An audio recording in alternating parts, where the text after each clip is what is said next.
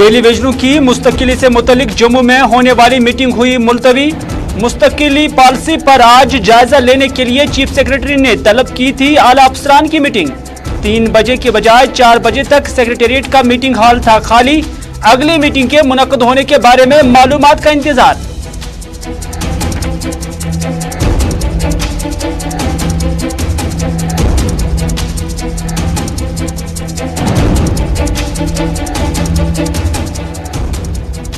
खारजा उमूर पर पार्लियामेंट की consultative committee की मीटिंग में राहुल गांधी ने उठाए सवाल। कहा, रूस यूक्रेन जंग के बीच पाकिस्तान चीन रूस के हुए करीब। भारतीय तालिब इल्मों की बचाव कार्रवाई पर ताखीर और एडवाइजरी को बताया मुबहम।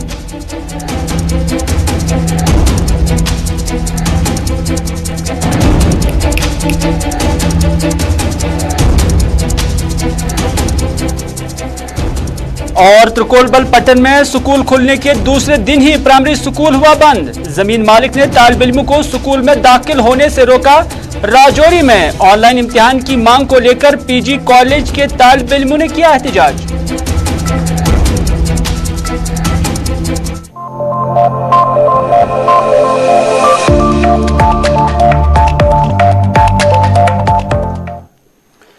बिस्मिल्लाहिर्रहमानिर्रहीम। अस्सलाम वालेकुम, आप सभी का खैर मकदम है। आप देख रहे हैं इस वक्त प्रोग्राम स्पेशल रिपोर्ट अपने मेजबान मीर हिलाल हांजुरी के साथ। नाज़रीन, स्पेशल रिपोर्ट में सबसे पहले सबसे बड़ी खबर जम्मू कश्मीर के उन डेलीवेजर्स के हवाले से जिनकी मुस्तकिली के हवाले से आज जम्मू के सिविल सेक्रेटेरिएट में एक मीटिंग होने वाली थी। और इस मीटिंग में आज हतुल इम्कान था कि शायद आज इन डेलीवेजरों की मुस्तकिली के हवाले से या उनकी मांगों को हल करने के हवाले से कोई फैसला लिया जा सकता है।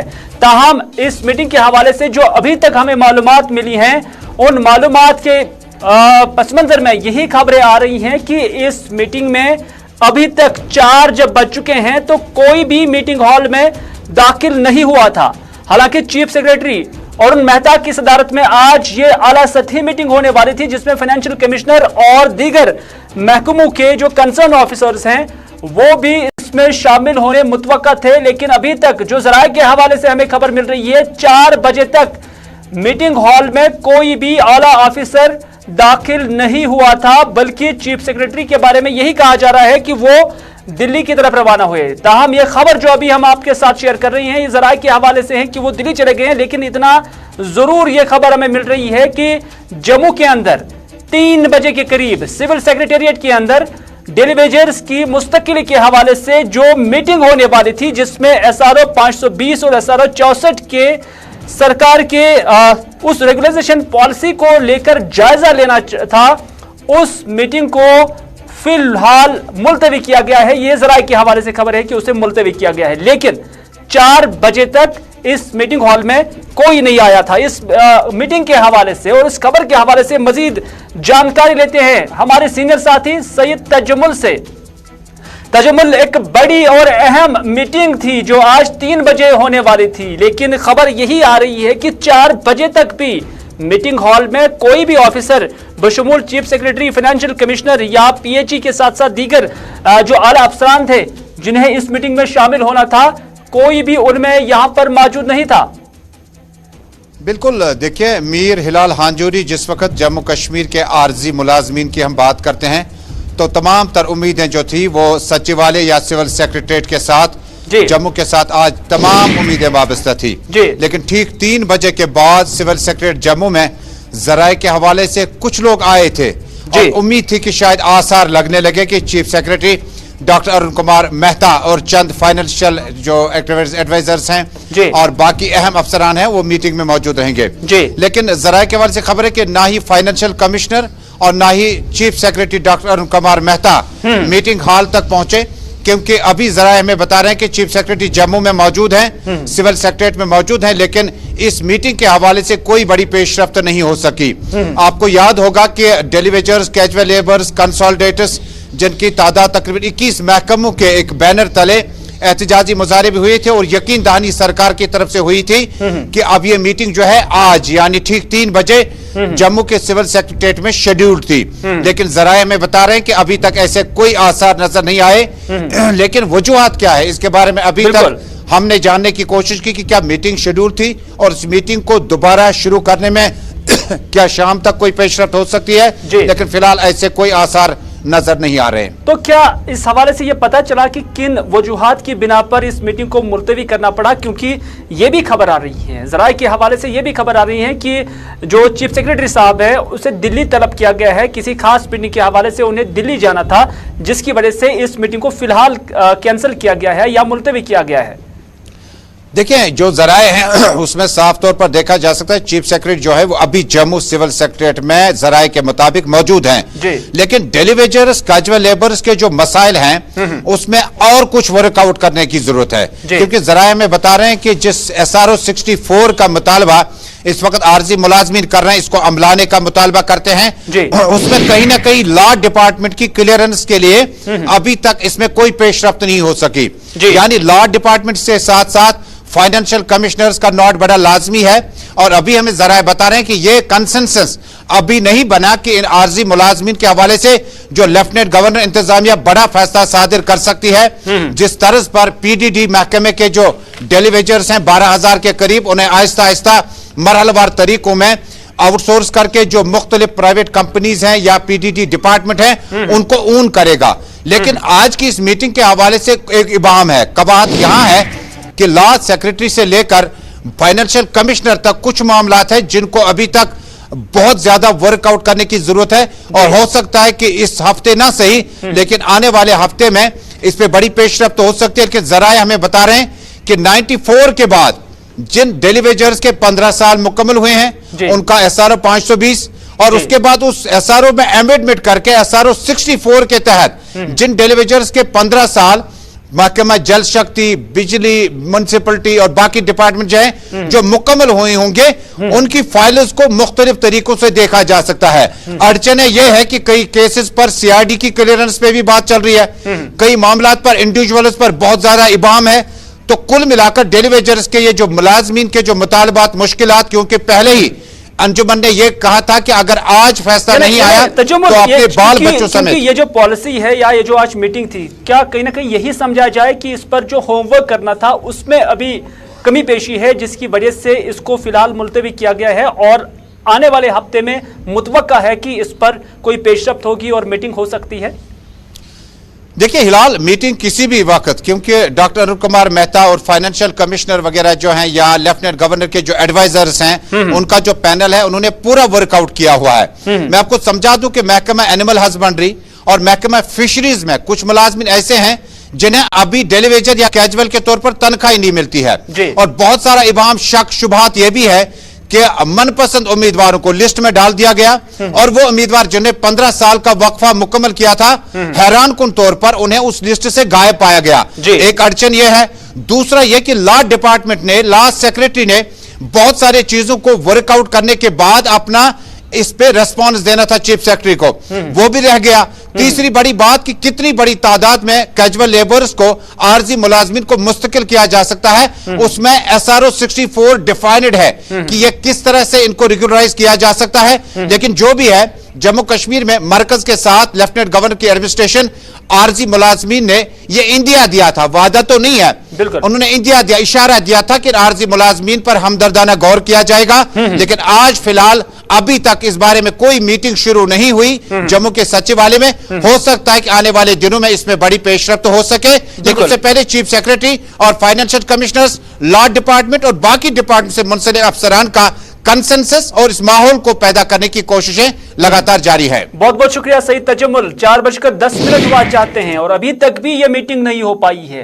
ठीक 3 बजे यह मीटिंग शेड्यूल्ड थी, लेकिन जैसा कि तजम्मुल ने जराए के हवाले से कहा है कि शायद अभी जो होमवर्क करना था इस मीटिंग से पहले, किन चीजों को लेकर डिस्कस करना है और जो कुछ भी मवाद था उस पर कहीं ना कहीं होमवर्क अभी इनकम्प्लीट था, जिसकी वजह से शायद इस मीटिंग को फिलहाल मुलतवी किया गया है। ताहम यह मीटिंग किसी भी वक्त हो सकती है, अगरचे 3 बजे नहीं हो पाई है और अभी 4:10 तक भी यह मीटिंग नहीं हो पाई है, ताहम इसके बाद भी यह मीटिंग किसी भी वक्त हो सकती है और नए तारीख का या नए वक्त का अभी तक इस हवाले से कोई ऐलान नहीं हुआ है।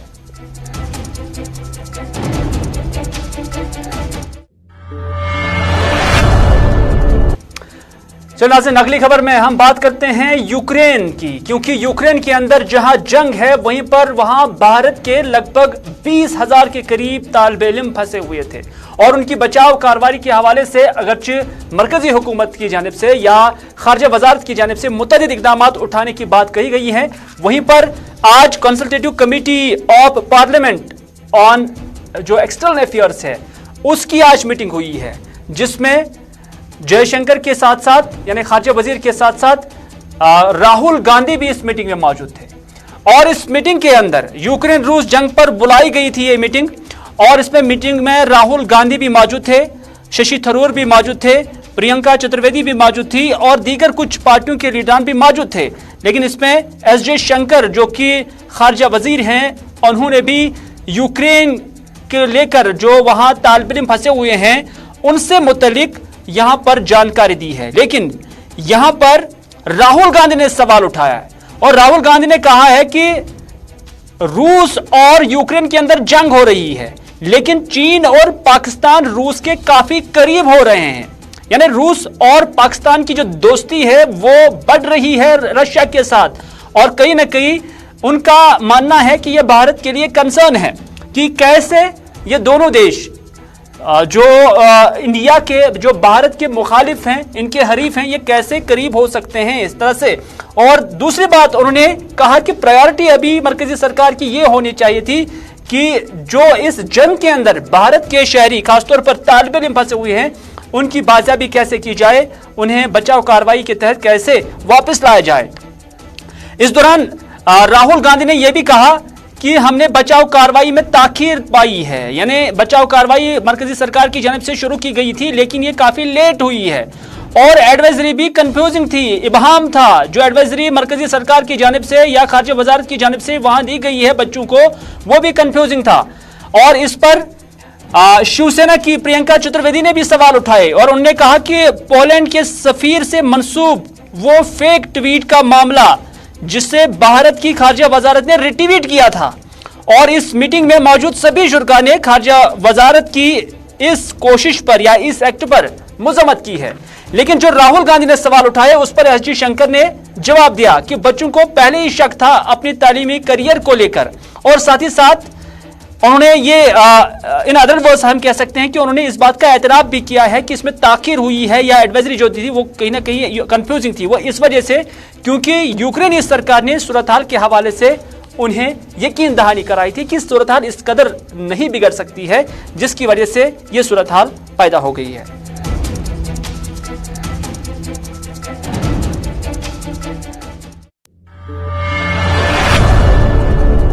इधर नेशनल कॉन्फ्रेंस से वाबस्ता जो लोग हैं वो धीरे धीरे नेशनल कॉन्फ्रेंस को छोड़ रहे हैं सुरंग कोट के अंदर, क्योंकि हाल ही में आपने देखा होगा कि नेशनल कॉन्फ्रेंस से वाबस्ता जो सीनियर लीडर है वो नेशनल कॉन्फ्रेंस छोड़ गया था। मुश्ताक अहमद बुखारी जो सईद मुश्ताक बुखारी जो नेशनल कॉन्फ्रेंस छोड़ गए थे, उसके बाद ये तस्वीर आप देख सकते हैं कि दर्जनों नेशनल कॉन्फ्रेंस के कारकुन आज एक बार फिर से मुस्तफी हुए हैं और इनका ताल्लुक पहाड़ी तबके से बताया जा रहा है। और माना जा रहा है कि जब से भारतीय जनता पार्टी पहाड़ियों की गुजरों की बात करने लगी है तब से ऐसे लोग ऐसे वर्कर्स जो है नेशनल कॉन्फ्रेंस से इलाहिदा हो रहे हैं। लेकिन यह भी कहा जा रहा है कि जो खासतौर पर इन लोगों ने कहा, जब उन्होंने मीडिया के साथ बात की, उन्होंने कहा कि जो लोग पहाड़ियों के खिलाफ होंगे पहाड़ी तबका कभी भी उनके साथ नहीं होंगे। और उन्होंने क्या कुछ कहा, आइए देखते हैं।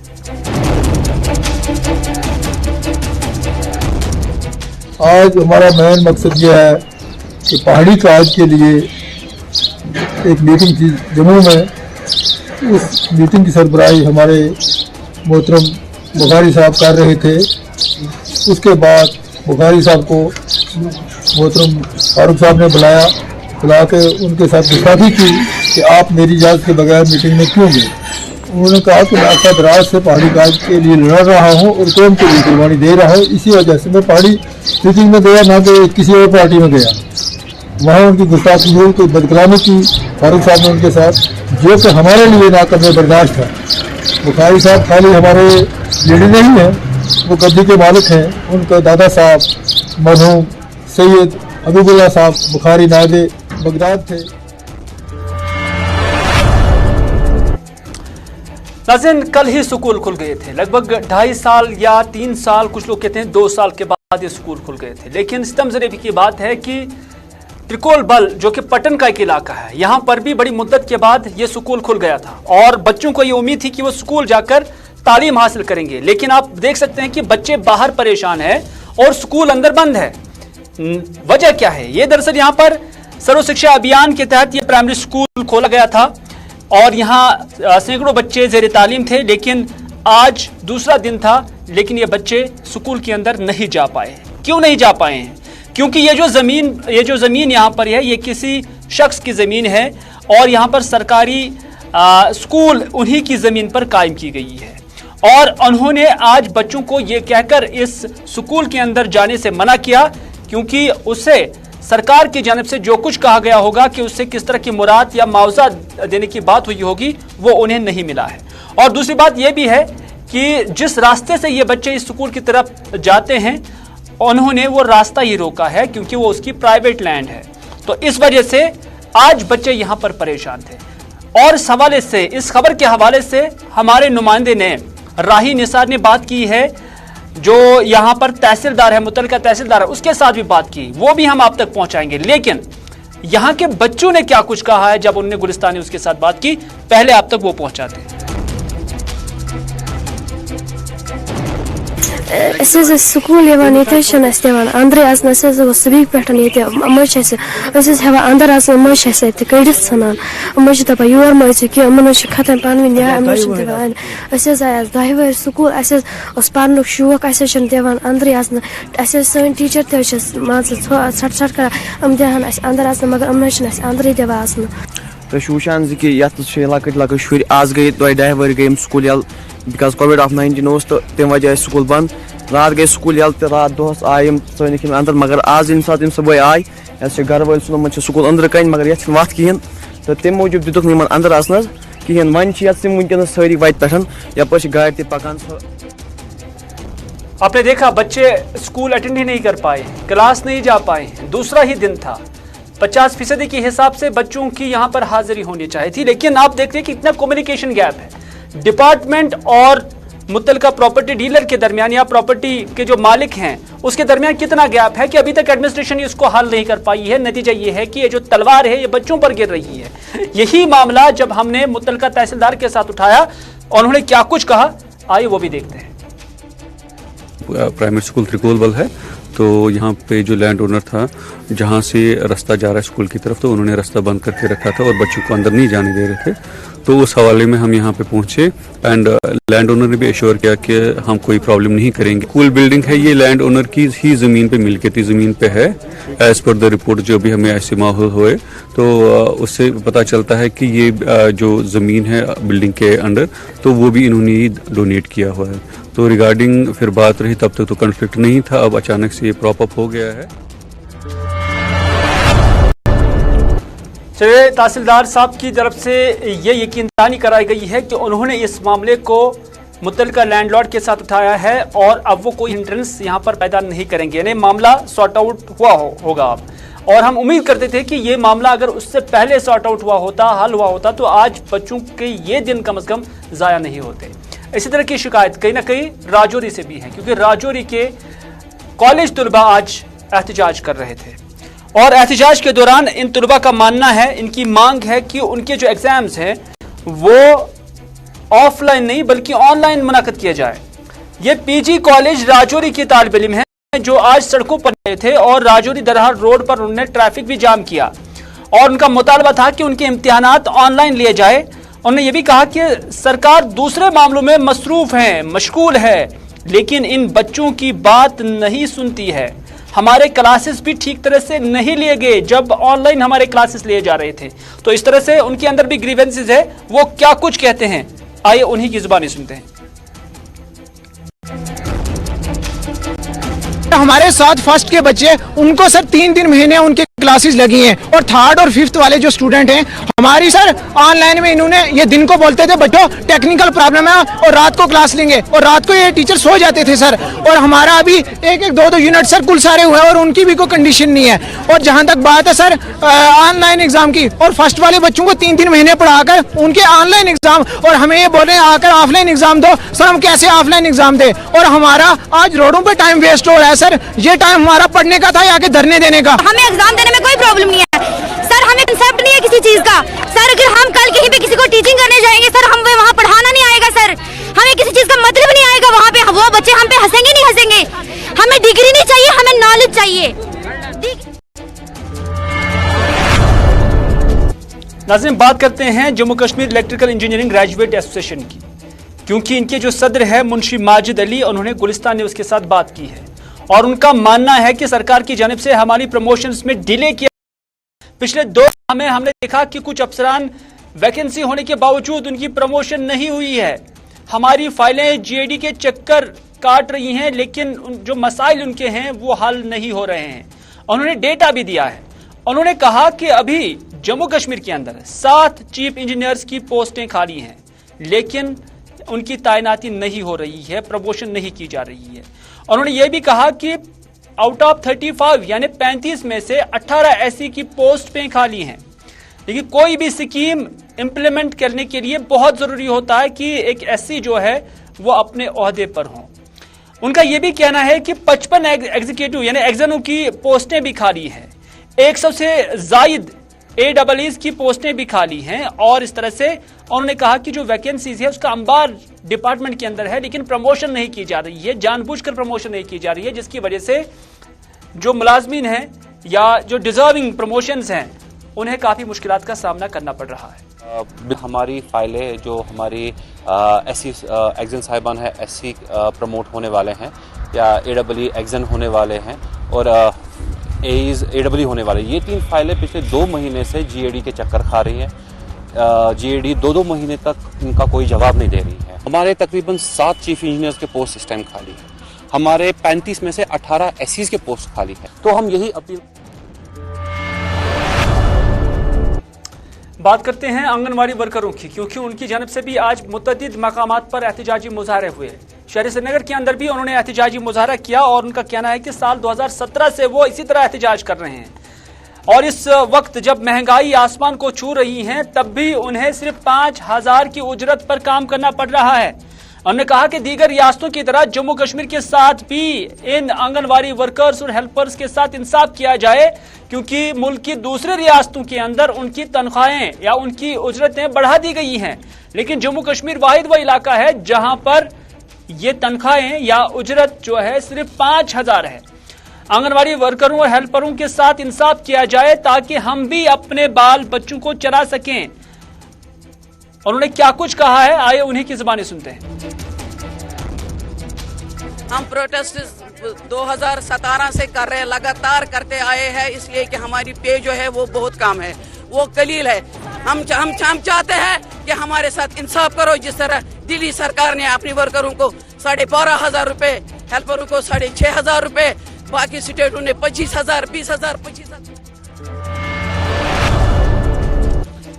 इसी तरह से मुतअद्दिद जगहों पर आज जो आंगनवाड़ी वर्कर्स और हेल्पर्स हैं उनकी जानब से एहतजाज किया गया है और सुंबल के अंदर भी इसी तरह का एहतजाज उन्होंने किया है। अब बात करते हैं कानकनी की, क्योंकि सफापुरा के अंदर आज कानकनी के साथ वाबस्ता लोगों ने एहतजाज किया और इनका मानना है कि कानकनी से वाबस्ता ये लोग हैं और उनका मुतालबा है कि यहाँ पर तकरीबन 6000 के आसपास कुंबे इससे मुस्तफीद हो रहे थे, ताहम यहाँ कानकनी पर सरकार की जानिब से पाबंदी आयद की गई है। उनका मानना है कि उनके पास तमाम तरह के दस्तावेजात हैं, कागजात हैं, परमिशंस हैं, लेकिन इसके बावजूद उन्हें इजाजत नहीं दिया जा रहा है यहाँ कानकनी के लिए, क्योंकि उनका मानना है कि 6000 के आसपास कुंबे इस पेशे से यहाँ पर वाबस्ता थे, जो यहाँ काम करके अपनी रोजी रोटी का बंदोबस्त करते थे।